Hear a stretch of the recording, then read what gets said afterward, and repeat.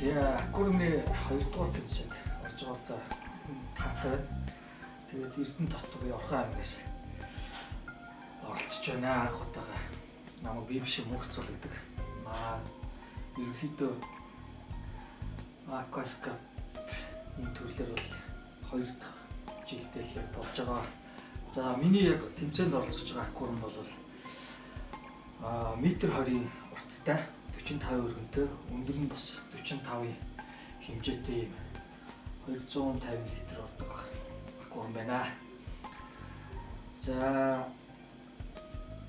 ерөнхийдөө бол Yogami стайлыг барьж тогтчулсан байж байгаа. Нийтдээ энэ аккурнд нь болохоор 16 нэр төрлийн ургамал байгаа. За загас нь гэх юм бол нэг 7 төрлийн загас байгаа. Ерөнхийдөө тетра овгийн загаснууд. За